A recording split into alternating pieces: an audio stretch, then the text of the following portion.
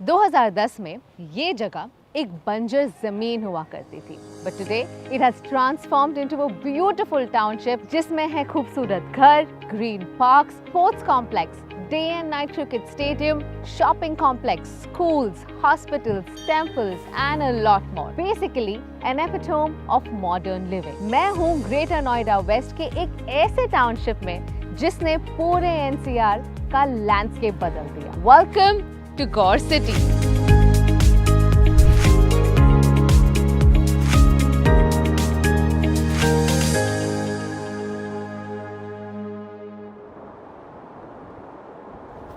Spread over an area of 237 acres, Gaur City एक sprawling integrated township है। यहाँ की strategic location और यहाँ की कई सारी amenities make this an attractive place for people from all walks of life. In a city where people are used to staying in row houses and colonies, Gaur city has truly become a trendsetter. इस township का development पिछले 8 से 9 साल में ही हुआ है, जिसमें करीब 30,000 families रहती हैं, यानी 1.5 लाख लोग।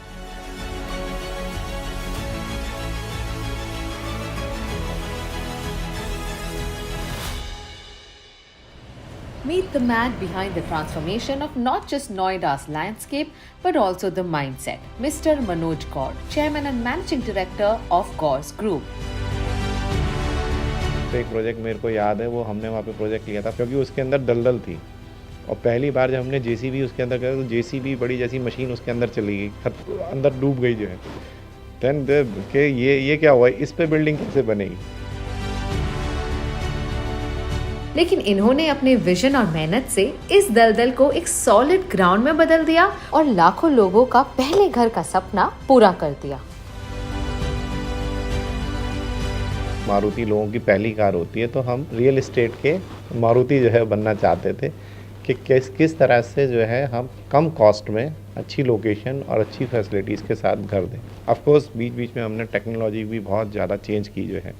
आई think probably we are the largest जो है importer of technology. We invest more than 150 crore rupees in technology only कि मल्टी स्टोरी की बिल्डिंग को कैसे फास्ट और कैसे तेज़ी से बनाना है।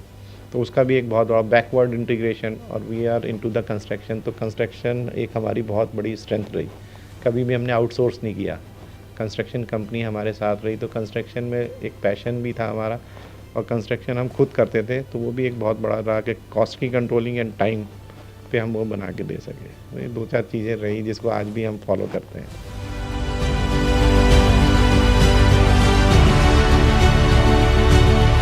वो अपने लाइफ की यात्रा बिल्कुल इस रोल्स रॉयस की तरह करते हैं, a symbol of his triumph and relentless pursuit.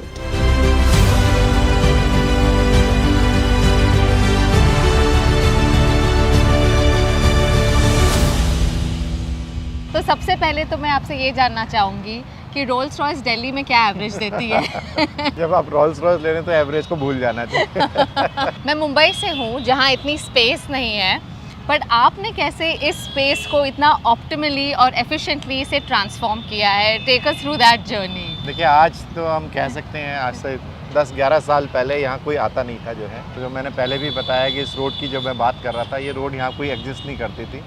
Noida से और इस एरिया का कोई कनेक्शन नहीं था। जो सामने बिल्डिंग्स देख रहे हैं वो नोएडा है और ये ग्रेटर नोएडा है। तो इतनी पास होते हुए भी ये एक नेग्लेक्टेड स्पेस था, क्योंकि सब लोग वो परी चौक यहाँ से 30-40 किलोमीटर दूर उसी पे लोग जाते थे, वहाँ कनेक्टिविटी थी। तो वी आइडेंटिफाइड दिस लैंड कि यहाँ पर ये लैंड अभी जो है अनटच्ड लैंड है। लेट्स मेक ए सिटी जो एक आम आदमी को एक घर चाहिए, पहला घर चाहिए, और अफोर्डेबिलिटी इज़ द बिगेस्ट जो है आप कह सकते हैं रीज़न टू चूज़ दिस, क्योंकि लैंड प्राइस यहाँ पे बिल्कुल कम थे, क्योंकि कोई आता ही नहीं था। यू कैन सी नाउ कि यहाँ पर आज 30,000 से ज़्यादा फैमिली रह रही हैं, 1 लाख से ज़्यादा लोग रहते हैं और मूविंग पॉपुलेशन। ये जो रोड कभी एग्जिस्ट नहीं करती थी, ये एक पूरे शहर का गेटवे जो है बन गया है।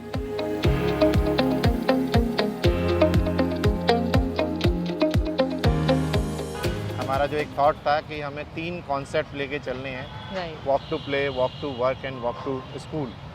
वो हमने जो है इसको पहला थीम इसको ये दिया था कि भाई एक सिटी ऐसी बनाए जिसके लिए लोगों को भागना ना पड़े इधर उधर, everything is with in the city.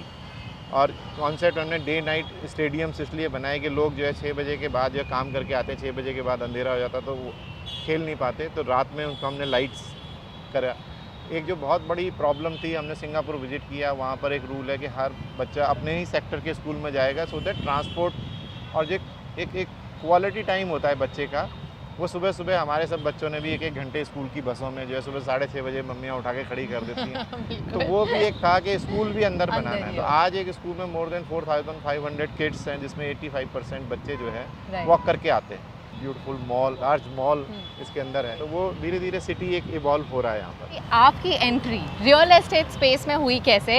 Because as per what I know your father was actually into railways, right? तो रेलवेज टू रियल एस्टेट ये स्विच कैसे हुआ?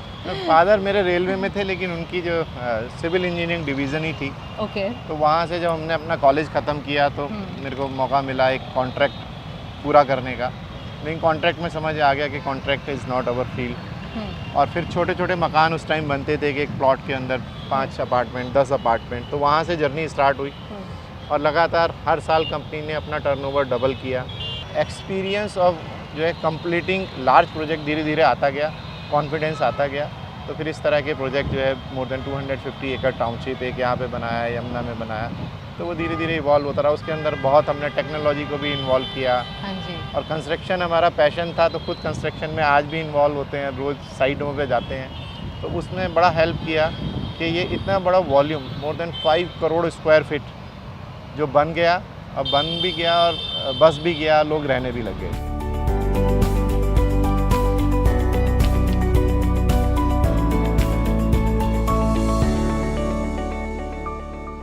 मिस्टर कौर, एक बात सच सच बताना, मैंने सुना है आप टेबल टेनिस नेशनल चैंपियन थे, ठीक है? तो वो सब छोड़कर आप रियल एस्टेट में आए, आपके दिल ने आपको ये कहा करने के लिए या आपका दिल चाहता था कि आप स्पोर्ट्स में कुछ करें? नहीं, स्पोर्ट्स तो खैर पैशन रहा, मैंने अपने कॉलेज टाइम में बहुत खेला। और जो ये हमारा स्पोर्ट्स कॉम्प्लेक्स बना है वो भी कहीं ना कहीं एक स्पोर्ट्समैन अगर होता है तो उसको हमेशा लगता है कि अगर मौका मिले तो हम जो है ज़रूर स्पोर्ट्स के लिए कुछ करें। क्योंकि हमारे पास ऑप्शन था गोल्फ कोर्स बनाने का भी।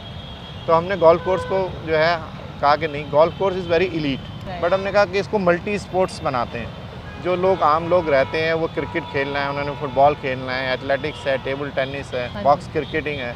जो मेरे अंदर भी एक स्पोर्ट्समैन था, तो हमने सबके लिए एक स्पोर्ट्स क्रिएट किया।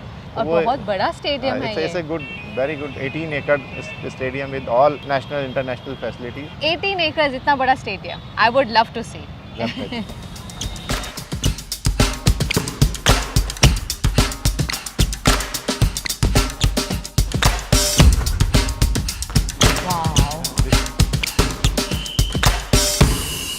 कॉस्ट हमेशा से ही चैलेंज रही है, क्योंकि हम हमेशा अफोर्डेबल हाउसिंग को कर रहे थे। तो उसमें एक सबसे पहला जो हमारे लिए रॉ मटेरियल होता है दैट इज़ लैंड। अगर लैंड हमारे को सस्ती एक्वायर हो जाती है तो उसके ऊपर देन FAR, तो गवर्नमेंट ने यहाँ पे FAR भी इंक्रीज़ किया, तो पर स्क्वायर फीट जो है उसकी कॉस्ट कंट्रोल आई। देन क्योंकि हम कंस्ट्रक्शन कंपनी खुद थे तो उससे हमने उसके कॉस्ट को कंट्रोल किया। Then we use the technology. हमने कहा कि फास्ट कैसे हो सकती है, वॉल्यूम जितना भी जो चीज़ हम 4 साल में बना रहे हैं अगर हम उसको 2 साल में या 18 महीने में बना पाएँ तो जो मेरे फिक्स कॉस्ट हैं, इंटरेस्ट कॉस्ट हैं, वो कम आ सकती है। तो पर स्क्वायर फुट ड्रास्टिकली हमने कम करी। तो कोविड में तो किसी को कुछ पता ही नहीं था कि भाई क्या होगा। तो वो उस टाइम पे हमने लॉकडाउन के अंदर 650 प्रॉपर्टी सेल करी थ्रू ऑनलाइन। ऑनलाइन, क्योंकि उस टाइम एक बड़ा साइकोलॉजिकल चेंज आया। जो लोग रेंट पे थे उनके साथ बड़ा ही सेकंड ग्रेड सिटीजन का तरह बिहेव किया RWS ने। तो सबको लगा यार मेरे को अपना घर होना चाहिए, और घर ही एक ऐसी चीज़ है जो आज मेरे पास है। ना मेरी गाड़ी काम आ रही है, ना मेरी जो बैंक बैलेंस काम आ रहे हैं, ना मेरा शेयर सर्टिफिकेट काम आ रहे हैं। तो घर के लिए एक बड़ा चेंज आया। एज एन एंटरप्रेन्योर आप सिर्फ अकेले नहीं अपने बिजनेस को रिप्रेजेंट करते हैं, आपकी टीम रिप्रेजेंट करती है और बहुत सारे लोग इन्वॉल्व होते हैं। तो जो आपके एथिक्स और प्रिंसिपल्स हैं, how do you make sure that it's going to your sales team also और your other teams that are involve? देखिए, ये तो बहुत ही पुरानी कहावत है कि एक तो पानी हमेशा ऊपर से नीचे बहता है और जैसी राजा वैसी प्रजा। जो मैनेजमेंट की थिंकिंग होती है, जो मैनेजमेंट का जो व्यू होता है, वो सभी में धीरे धीरे पर्कुलेट करने।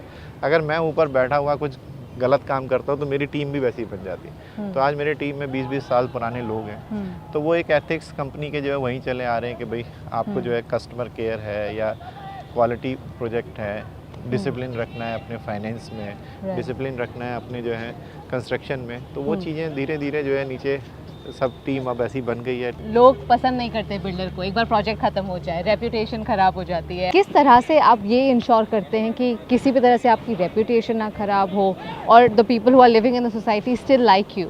मैं प्राउडली कह सकता हूँ कि आज से हमने जो 20 साल पहले भी कोई टाउनशिप बनाई है तो मैं उस सोसाइटी में जाके किसी भी घर में बैल बजा के आज भी एक कप चाय पी सकता हूँ। तो ये एक एडवांटेज हमारा हमेशा रहा, क्योंकि हमने हमेशा चीज़ों को फेस किया। ये नहीं कि जो प्रॉमिस किया वो कंप्लीट नहीं किया।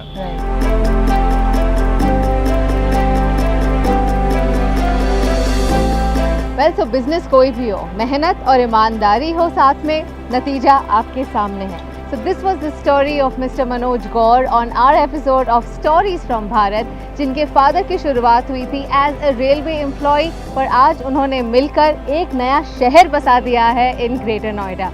I hope you enjoyed watching this video. Until next time, it's me Kamya Jani signing off.